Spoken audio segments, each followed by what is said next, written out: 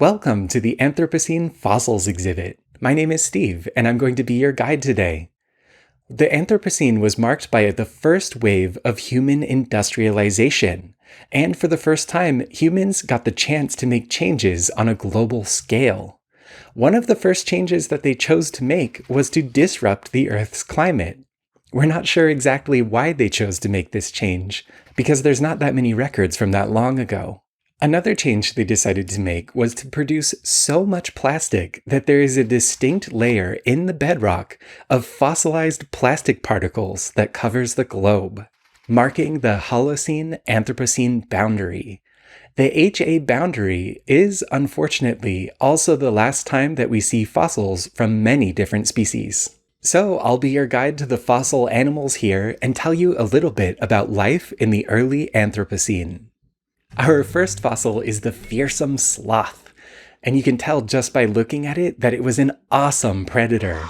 With long limbs and deadly claws on all four hands, it lived in forests and must have been an apex predator. Its teeth are sharp like most predators, but we believe it was also adapted to cut up its food with its claws before eating. I'm sure you've all seen kids pretending to be mighty sloths, and I, for one, would never want to run into a sloth in real life. Next, we have the whale. These enormous ocean creatures had big hands that they used for swimming and a long snake-like tail. This whale had no teeth at all, but its curved upper jaw indicates that it probably used its mouth like a trap.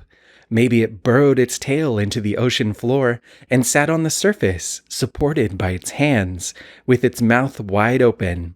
When an animal swam by, it could close the trap and eat its prey. And finally, the frog. Every frog on Earth went extinct at the beginning of the Anthropocene, and we don't know why. Maybe frogs navigated by starlight with their large eyes and were confused by satellites.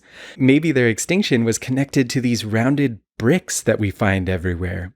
Something they were doing in the early Anthropocene was not compatible with frog biology. But unfortunately, we may never know, because all we have left is fossils.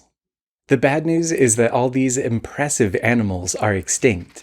Fortunately, the millions of years since the early Anthropocene is long enough that the biosphere has started to recover.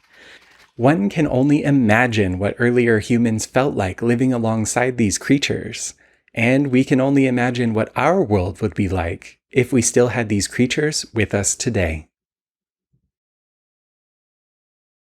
Thanks for joining us on this tour. You can keep learning about the animals of the early Anthropocene by watching another video on this channel. And you can subscribe to know when we make new discoveries. Thanks for stopping by this week to learn what makes life awesome.